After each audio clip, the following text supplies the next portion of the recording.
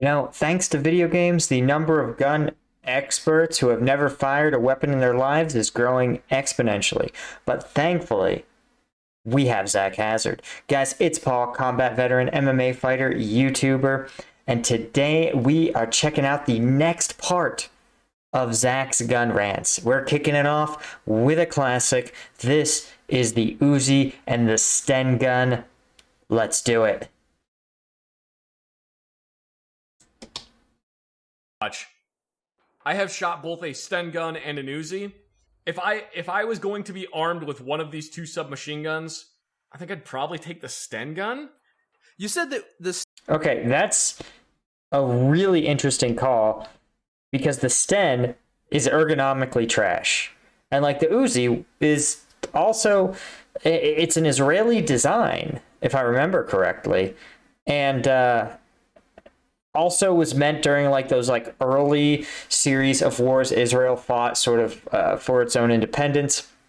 So the idea that so they also sort of expediently designed it, but the Uzi just has a reputation of being much more effective. I'm curious to hear his rationale here. Sten Gun had only 40 moving parts, roughly, right? It's well, like 40 parts total. There's barely any. That sounds like easy maintenance to me. Yeah, it's incredibly easy to maintain. No joke. If the recoil spring breaks on a Sten Gun, you probably can go find a screen door and rip the spring off of that and shove it into the gun and it'll work. Didn't you do that? You took a pencil spring or something? I put like a mechanical pen spring in a Walther P38. Whew, whew. That voids the manufacturer's warranty. Those they're bad. It's a bad idea for a lot of reasons, but one of the ones you don't always appreciate is that even if a part fits the particular material, one of a spring, like its springiness is not consistent, and you want something with enough springiness that it will bounce the action back, but not so much springiness that it will get destroyed by having to absorb the recoil of a tiny explosion, which firing a bullet is. But also, the wear tolerance of different parts is really critical, right? So, for example, a pencil spring is meant to be clicked, a few hundred times, a few thousand times perhaps, before that spring wears out entirely, whereas something like a submachine gun or even a pistol is meant to sustain itself through potentially tens of thousands of rounds. And it worked just as good, huh? Yeah, it worked fine. Yeah, that'll hold it over until I can get a new spring. It's really good at filling the enemies with hot lead. Ah! Nice. Ooh! Ooh! Ooh, what you got? What you got here? What you got? Let me turn you over and take a look at this thing. An L96A1? Are you fucking kidding me? Never heard. Oh, man. He sounds like Ben Folks from the MMA Hour. No, I'm sorry. From the Co-Main Event podcast. Sorry, MMA nerd tangent. Let's keep going. Heard of that one? L96A1. That's got a nice scope on it, I see. Yes, it does have a nice scope on it. Most people are going to know this thing as the Accuracy International Op. Most people wouldn't recognize it in this kind of view, but yes. Oh, hello. No. Okay, just gonna use this gun on him. Well, they were hostile. They didn't seem hostile until you shot them in the throat. Wow, This dude's not aiming well in video game terms. I suck with sniper rifles. There you There go. we go. You like that? What? There's another one. Oh, he's got an op too. Okay, I'm just gonna point out an important detail. And to do that, I gotta bring this up. Okay, the distances that Zach is engaging these targets are not real sniper distances, right? In combat, right, the DMR roll is meant to be out past 300 meters, right? A standard regular rifleman is trained to hit inside 300 meters. Now, does that mean that a sniper will never shoot inside of 3? Of course not. Right, but snipers and sniping, that is meant to have that nicer rifle is meant to reach you out a greater distance. And it's important to note that if the enemy is that large in your scope, this is not the role for a sniper rifle. right? This guy could probably hit you with, honestly, a buckshot shotgun. So the idea that the right weapon for this is a sniper rifle is sort of comical, right? You'd be too close. They would hear the report. They would probably see you. Yeah, so I understand in video games, this is a classic sniper move. And I have zero doubt that in actual combat, right, snipers have engaged targets this close. But if you're going to employ sniper teams, you want them to cover an area that your regular infantrymen cannot. So there is no reason to deploy a specialty team to perform a non-specialized functions, right? We had a sniper team on one of my patrols attached to us, but guess what? I would put them doing Overwatch. So they would be on a hill in a more secure area, and they would get insight. They would be able to see over the terrain that was blocking the view of my soldiers on the ground and me, right? And so they would be able to engage targets that were over the next hill, and we'd be able to observe the targets over the next hill, right? They were fulfilling a role that my infantrymen, my dismounts, right, my riflemen couldn't. Oops, I guess it would help if I hit play. This is gonna go right in your. I'm still learning this turn on, turn off system. I like it, but yeah. Here. You waste them, yeah! Yeah, that was maybe 25 meters away. Accuracy International, the company that designed this rifle, was effectively 3 guys in a shed. And they were like, why don't we submit this rifle that we built to the British military rifle trials for a new sniper rifle? So they did it. They didn't expect to win. It won handily. And they were like, oh crap, now we gotta build a bunch of these things. So when the British military sent some requisitions lieutenants out to their shop, To his garage. they rented a large shop and then took their entire inventory of rifles they had produced up until that point. And there's only 3 people that worked for this company at the time. So when the requisitions officers showed up, they were like, well, where is everybody? Oh, they're out to lunch. It'll be fine. Why are we in a 2-stall garage? The rest of the house is out for lunch too. He'll be back in a moment. Well, no, they had rented out for a day an actual workshop.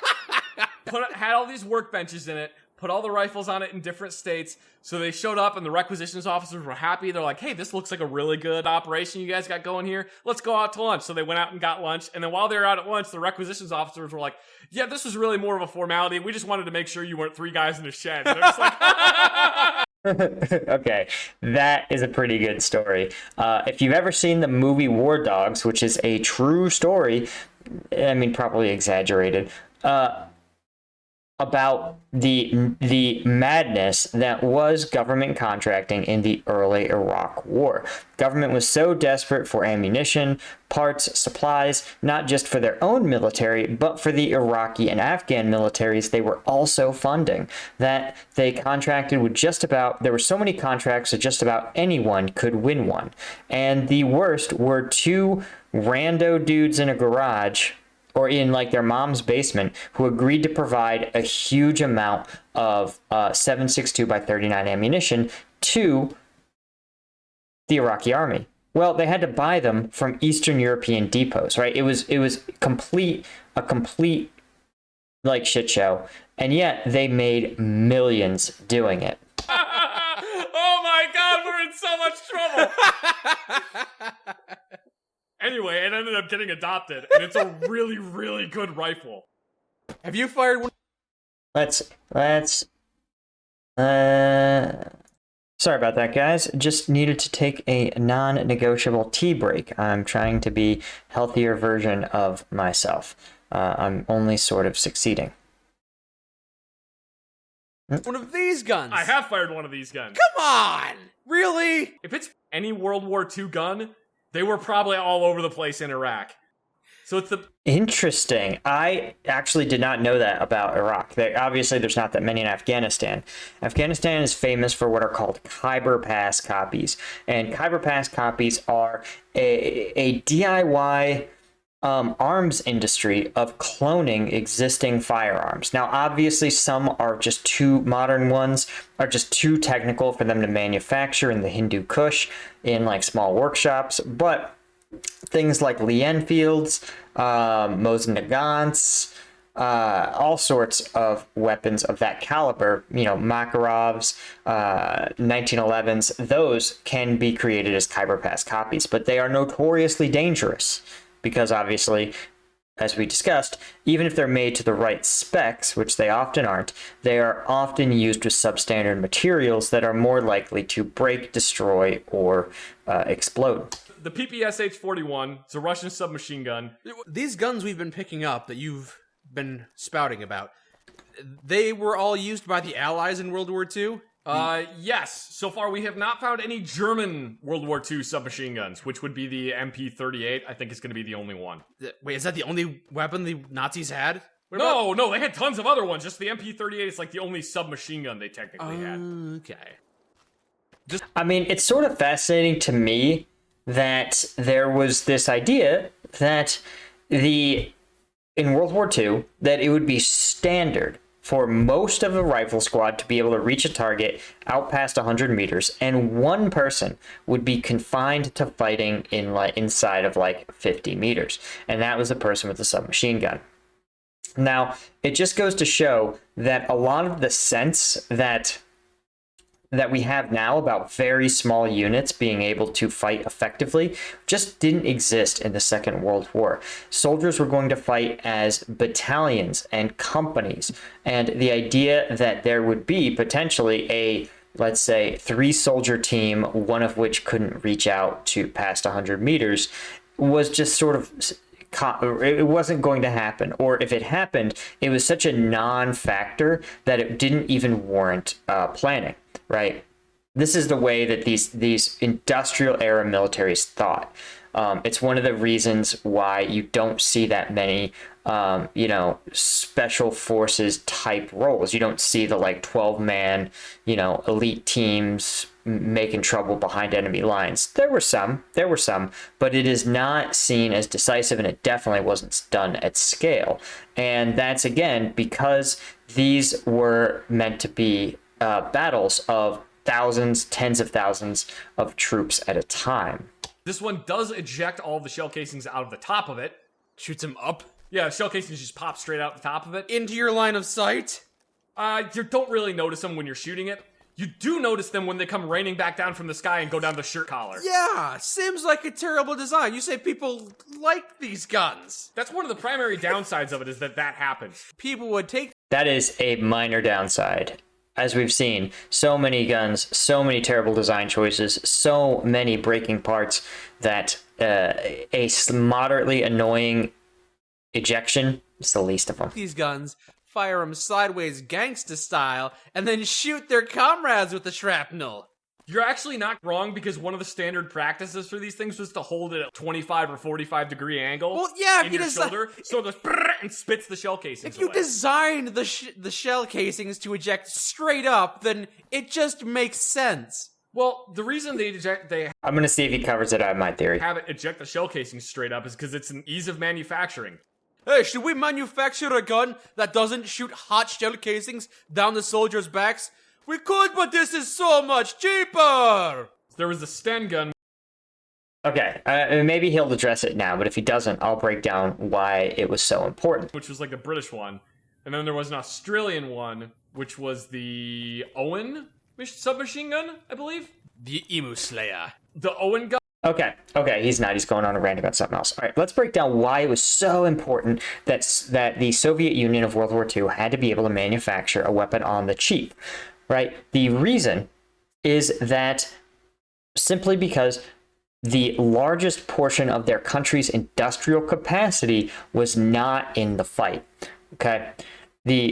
When Germany invaded, right, and in I think it was 41, when Germany invaded the Soviet Union, the Soviets were not that prepared. Remember, Stalin had done a huge purge of his officers in the 1930s, right, which he actually, up until that point, had a really experienced officer corps because the Russian Civil War persisted for all of the 20s, right? And that, you should bear in mind, that was kind of messed up. Stalin was paranoid about there being secret, imperialists, secret capitalists in his army that literally fought tooth and nail for a decade against imperialists, right? No one could be more hardcore about the Soviet experiment than the Red Army. But you don't become the leader by trusting anyone, right? You become the supreme leader by preemptively distrusting every person around you. So Stalin purged his entire officer corps, right? And so the result was a military that was not that effective. And so the the Germans easily rolled over the Soviets on the western part of their country. The problem, Russia is a big place, but if you go west of like Vladivostok or like, you know, west of like Moscow or something, the country empties out. There's almost nothing there but tundra. And so the cities that were were on the front lines or near the front lines could not be depended on to manufacture weapons, right? So manufacturing, sometimes whole factories, had to be moved across the Ural Mountains, where the Soviet command was more confident they would be able to defend, right? They were more confident that they would be able to stop the Germans at the Ural Mountains if they had to. So they had to move all their manufacturing across the mountains in the winter and set them up in new cities and towns. This meant that they needed to have the absolute minimum to recreate these factories. So not if you needed one extra little part to deflect the shell casings or to make the barrel slightly longer, that meant that you had to create an entire new set of machines or presses to press this part into existence, and then you had to haul them in a dangerous, risky operation across the Urals, right? Remember, not just one factory, but there's going to be, you know, hopefully a half dozen places this weapon is manufactured, right? And then you would have to ship it all across to the front lines again. So you can imagine trying to move an entire country's industrial base, right? It'd be the equivalent of trying to move all the car manufacturing in Detroit to Phoenix, Arizona, using nothing but, you know, in the US 1920s technology, right? It would have been nightmarishly hard to do. And it was. And so that's why these weapons were just pared down to be the minimum effective dose, the minimum that they could be and still be effective in their combat role. Gun is real weird. How so? Ah, damn it. The system is so bad. So you know how you thought it was weird the magazine sticks out of this one? Does the magazine stick straight out the top of it? You got it! Come on, I was joking! You're serious! Yes, the Owen gun has the magazine sticking straight out of the top. You're sure you're not making an Australian joke about how the magazine is upside down? Yes, the magazine sticks straight out of the top, and no, it is not an Australian joke. But that'd be a pretty good Australian joke. There's actually a good reason for doing that. A lot of... Because the gravity flows up? The reason for doing that is because you don't have to have a super strong magazine spring. Because gravity actually aids in feeding the rounds. Then why don't they all do that? Because it means you have to have your sights offset to the side of it. Oh, which yes. is kind of a pain in the ass. Yeah, now that you mention it, it does sound stupid that way. You're stupid, shut up. But then if you have to hold the gun at an angle, then the magazine isn't straight up, it's tilted. So the sights are straight, and the magazine is off to the side. You don't know. I'm not the one putting a magazine in my line of sight, so I can't see. What if you put crosshairs in the bottom of the magazine? So you could just use it. You'd have to recite it every time you had to reload. You joke about that, but there's actually a couple pistols that literally just have crosshairs painted on the back of the gun, and you're just supposed to put the back of the pistol on top of the center of the target and hope that you're gonna hit it. What is that? That sounds like a terrible way of doing things, unless it's like an assassin's pistol that you're meant to be like this close to them. This bullshit. The fuck is this thing? You're not familiar with it? No! Probably because they made it at home. It's some bathtub moonshine kind of gun. God, yeah, it looks like it was made at home. Well, except the front sight and rear sight actually look usable. And there's actually some really nice knurling on the back of that end cap. Knurling? Knurling. Knurling's fun and expensive. So this is a very expensive homemade submachine gun. I mean, unless it's used from another part. Like, say, that knurling is also something that shows up a lot of times on the back of power tools, or hand tools, sorry, to give it a little extra grip. So if you sort of made that end cap out of something else, maybe. So instead of writing overpressure ammunition on the back of every single bullet, they just do a little plus and the P. Because then, at a glance, you can tell what kind of ammunition you have. What if it's under pressure? Is it negative P then? No, then it's just ammunition. Excuse... Yeah, if there's one thing that is annoying, and there's a lot of things that annoy me if you haven't noticed, it is inconsistent loads in ammo. So, and notorious for this are, you guessed it, the Soviets. The Soviets are terrible for having really bizarre loads in their ammo. And what I mean by loads is the amount of powder in a given cartridge. Now, if you are, let's say, a dedicated marksman, right, a true excellent top-tier marksman, you will want to do what are called hand loads. And that allows you to, down to the milligram, measure out the gunpowder and put it in the casing yourself, and then put the bullet in that you can weigh and make sure that the bullet weighs just the way you want. And all this is done to ensure consistency, that your bullet leaves your weapon with the same amount of force and has the same weight.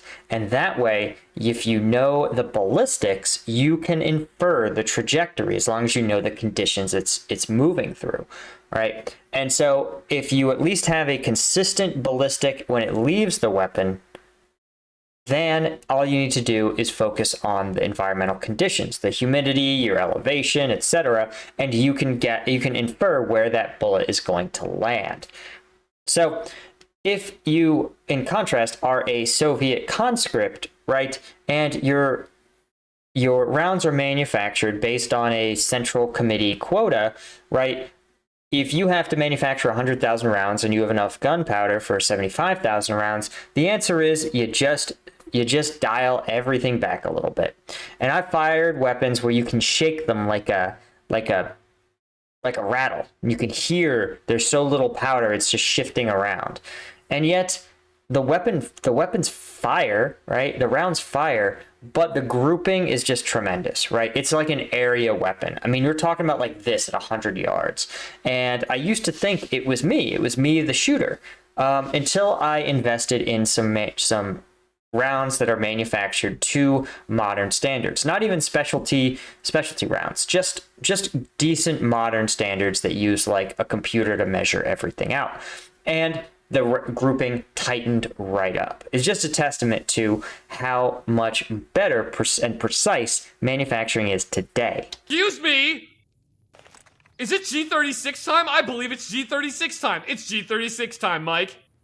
Made by Heckler and Koch, or Heckler and Koch, however the hell you want to pronounce it. I say Koch. Everyone says Koch. It doesn't matter. Yeah, pronounce it however the hell you want. You're an American.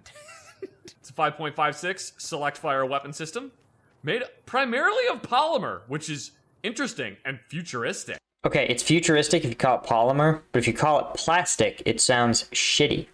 Mm-hmm. Stock folds off to the side. It's one of the first really modular weapons that was adopted by a military. So on the magazine, you see those two little circles that are right there? Yes. Those are actually locking lugs, so you can just lock a bunch of magazines together. Just stack them like Jenga pieces, one after the other? Yeah, pretty much. They work pretty well. H&K did kind of get in trouble recently. Some of the trunnions on the guns weren't exactly put together properly. I don't know what a trunnion is. I don't know what a trunnion is. Oh, weird. The piece of metal that the barrel locks into on the inside of the gun. That sounds important. Turned out some of them were kind of crappy. So they had a tendency to start having wandering zeros, which means that every time you would zero it, the zero would completely change and it would start shooting all over the place. Have you fired one of these?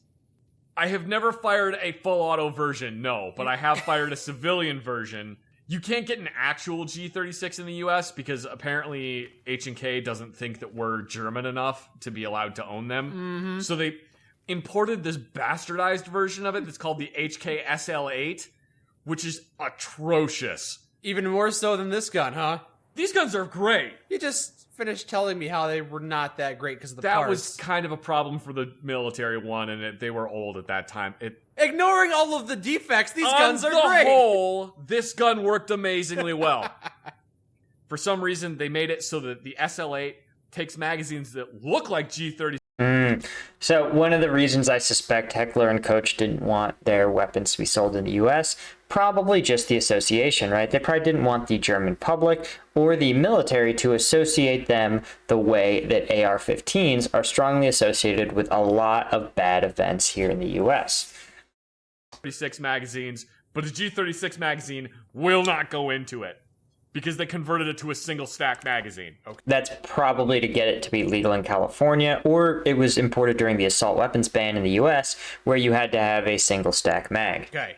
So the magazines are not interchangeable. Most of the parts aren't interchangeable. It's got a weird, stupid thumbhole stock that makes it look absolutely Also to comply with the 90s assault weapons ban. asinine. The barrel is super long, doesn't have a flash hider on it, If this gun is so great, how come I've never heard of it before? because you're not interested in guns in any way, shape, or form. I'm gonna use this one. It looks kind of like the M16. No, this is the Fabrique Nationale FNC, which stands for Fabrique Nationale Carbine. So yeah, it's kind of redundant in that it's called the Fabrique Nationale Carbine. The FNC is based on the AR-18, which is Oh, that's pretty neat. It's got like a Galil style stock. The handguard's kind of fun looking, I think. And but an M16 style magazine well. Huh. a piston-driven version of an AR-15. A lot of the stuff on the inside of it is a little bit different. They were very well received. They worked well. The intended purpose of this was actually to replace the FAL. Didn't really work for that. Initial ones had problems with the stock falling off. It's a bit of a problem there, Also, yeah. the handguard falling off. Also, it was made out of paper and salt and disintegrated if it touched water. Once they got those problems worked out, this was an amazing gun. I want an FNC, but I want the AK-5C handguard on it. You know what I'm talking about? No, No. absolutely not. Okay. Ah, a drum mag and the Tommy gun. Actually, it's not a drum mag, is it? No, we've And that's not a Tommy gun, I think. discussed this, and it is technically a drum mag, but whip, wiggle, wiggle. We've discussed this. It's an AM-180. Wiggle, wiggle. Is that how you clear a jam on a Yeah. atomic gun? Really? You just wiggle it? No. Let's go turn this evidence in. Wiggle, wiggle. And this one. Come on, come back, come back. Was it a What? Makarov? Were you shooting me with a Makarov? I don't know how I guessed it that quickly. Okay, Makarovs are pretty iconic. Even if you've never shot a Makarov. Okay, Makarov story time though. So I may have covered this in another video, but I have many gun owner pet peeves, civilian gun owner pet peeves, but one of them is the love of gear and the hate of training. All right, when I got my concealed carry license in Kansas, which by the way, I actually never carried concealed because it's Kansas. Nothing's gonna happen. And I was on and off a military base so much where you can't legally like carry the weapon. It's much more regulated. Anyway, point is, I got the certification because reciprocity, right? So you get it. And in Kansas, wisely, they say, hey, you have to do a safety fire. You have to go with your instructor to a range, and everyone has to demonstrate that they can safely operate the weapon. And I would say the average weapon used at that range was probably on the order of like $2,000. Multiple 45 ACP aftermarket sights, like just the most gee whiz guns you've ever seen. And I did my qual with a Makarov, right? And I will tell you, because I actually put in range time, my grouping was not super impressive, right? For whatever it was, 20 yards, 15 yards. It was probably like this. Not bad for a Soviet piece of junk weapon shooting a round that nobody ever cares about, right? Well, all these guys with their $2,000 pistols had groupings that were all over the place. It's like they pulled the weapons out and just squeezed the trigger. I was like shocked at the poor quality of the shooting I saw at this concealed carry class. Shocked, especially given the fact that if you bought a $1,000 gun and $2,000 of ammo or $1,000 of ammo and range time, you would be far more lethal than any amount of gee-whiz glow sights or cup and ball sights or whatever nonsense, aftermarket grips. Doesn't matter. The shooter is what matters. The skill is what matters. And that's why I had to troll them with a Bulgarian piece of shit gun and still outshoot every last one of them. Tell me about the Makarov. It's a Russian gun, isn't it? I can't tell you right now, I'm busy killing. Come on, that's never stopped you before. The Makarov is a 9mm Russian pistol, but it's in a different 9mm caliber. Wait, there's different 9mm? Yes! The Makarov is in 9x18 Makarov, not 9x19 Parabellum, which is the normal 9mm round. If you look at them, you will never get them confused. The 9x18 is like a little stubby round. It's like the Munchkin round. Ooh, I don't think I can say that. You know what I mean. Come on, really? Yes, there's also 9x21. There's 9mm Largo. There are so many different kinds of ammo. Can you standardize slightly, please? While it's shorter by 1mm. Excuse me. Wow! I mean, it performs closer to a 38 ACP. That dropped him fast! It's kind of based on the Walther PPK pistol. It looks similar, and it's the same operating principle. It's just a straight blowback pistol. It's nothing fancy. The barrel's pinned in place, which means that this pistol has a lot more recoil than you think it's going to. It lets you know you're shooting it. I did find another gun. It's the Colt 1911! Oh. Okay, the Colt 1911 is the other pistol I owned, and it shoots beautifully. The most reliable firearm on the market. Just the balance. Like, you really don't appreciate... You have to shoot a couple of pistols to really appreciate the smoothness that the 1911 brings. I've gone over the 1911 before. You've called it the most unreliable gun you've ever used. I like joking about that. It's not really that unreliable. No, they work just fine. I just like giving 1911 owners a bunch of shit because my 2 world wars and 45 ACP because they don't make a 46. Yeah, the simping over a particular firearm is weird to me. Remains weird. Hello. Always true to Kaiser. True to different gun. Give us that gun. Oh, it's a Taurus! Ugh! I take it you don't like guns that are named after constellations? Oh, it's a Taurus Raging Bull. Oh, it's a garbage gun. Is it though? Taurus guns are like really bad quality. Really? Yeah, they're not great. Well, look, I'm sure you could put the barrel. That looks like a DIY weapon. Okay, I'm more I've actually never fired a Taurus. Fired a couple single-action revolvers. Also, just a pleasure to shoot. interested in what you have. I'm gonna kill you with this Taurus Raging Bull real quick. Yeah, Taurus basically makes all of their money copying other ones. Like, this is pretty much a Smith & Wesson revolver, only they don't do a very good job of putting them together. They pretty much exclusively copy Smith & Wesson or Beretta, and that's it. They still get the job done, though, don't they? I mean, yeah, it'll still work. It's just not good. Usually the triggers are kind of crap. The finish is really awful. They break a lot. So we'll just put... Yeah, I mean, the thing with pistols you have to remember is pistols are not meant for hunting. They are meant for two things. There are target pistols, which are for the sport of shooting, and there are pistols meant to shoot people. And the target pistols you will never confuse for a people shooting pistol, right? They're in very small calibers. They're balanced in a really different way. You can look up Olympic or competition shooting and you'll see what I'm talking about.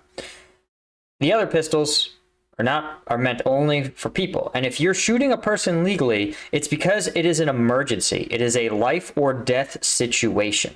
I won't say more than that, but that is why pistol reliability is seen as absolutely paramount, because you really, really need a pistol to work well once. But you need that one time, you really need it. So just bear that in mind when people complain about reliability and stuff. That's why. This into that garbage there. And what the fuck is this thing? It's called a duplet. I don't know what the hell a duplet is. What is a duplat? It looks like a DIY shotgun. I mean, what's with the springs? You tell me, you're the gun expert. Gah! AK-47, my friend! Everybody knows about that gun. Everybody thinks they know about that gun. Everybody knows what an AK-47 is. Everybody on the eastern side of the world uses that gun. Pretty much. Or an AK-74, or some variant of it. I know. The most actually copied one is the AKM. You know what an AK is, you know what an AK is, we all know what an AK is. It shoots a big bullet, it works pretty well. It doesn't shoot a huge bullet. It's a decent sized round. The thing I know about the AK is that you could throw it around in the mud and it'd keep on firing. That's actually not true. The AK is an amazing gun to give to people who have no idea how to maintain weapons. It doesn't matter if it's got oil in it, it doesn't matter if it's clean, it will just work. Had enough? The problem is, I love how that person wearing what appears to be hockey pads can take multiple rounds from an AK. Don't get me wrong, you can get shot in a lot of places and keep functioning for a few seconds, right? But I would put the average at like 3 a human being can sustain and still function for 3 seconds. It's not very precise. no, it's decently accurate for a rifle. It's designed, the AK was designed to work from 0 to 300 meters. Which is all the military trains its riflemen to shoot with their M4s or M16s. That's pretty much it. The problem is, when you turn the safety off, there is that massive hole in the side of it. The dirt and debris and everything can just get jammed right in the side of there. So you want to keep the safety on as much as possible. Even then, the problem is on AK-47s, and this is the thing everybody goes on and on and on about is, but it's got loose tolerances so dirt can just go into it. It's got loose tolerances, which means dirt gets into it, and then the dirt makes it not work. If you fill the inside of an AK-47 up with dirt, it doesn't work anymore. It was designed to be a mass-produced rifle, to be made very cheap, and do its job. Does it do its job, It sir? does its job very well. Do you have a Pancore jackhammer? I'm not even gonna pick that up. Yeah, it's he's spot on, right? Some of these things are like stereotypes or myths, and usually when people talk about it, it's meant to reflect the fact that it's very, very, very reliable. But when they pull it out of the mud, right, you clean it. The stories, the true stories, always involve, I pulled it out, I kicked the bolt open, I cleaned everything up, and the weapon still fired. And that is the true testament to the reliability. But people that don't have a lot of knowledge or even like a lot of focus, so this was a lot in the case of, again, post-World War II Russia. Their conscripts were from these really rural areas. They would often have illiterate conscripts, often conscripts from countries or places that didn't speak Russian, certainly couldn't read Russian. And so you had to focus on teaching a few essential soldiering skills.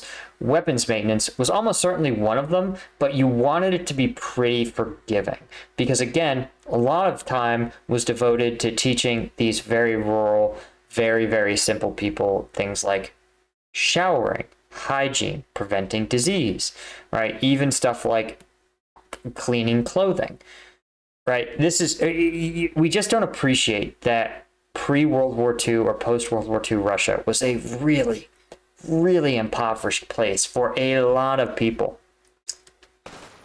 Are you not going to pick it up because you hate that gun? I'm not gonna pick it up because it's not a real gun and it doesn't actually exist.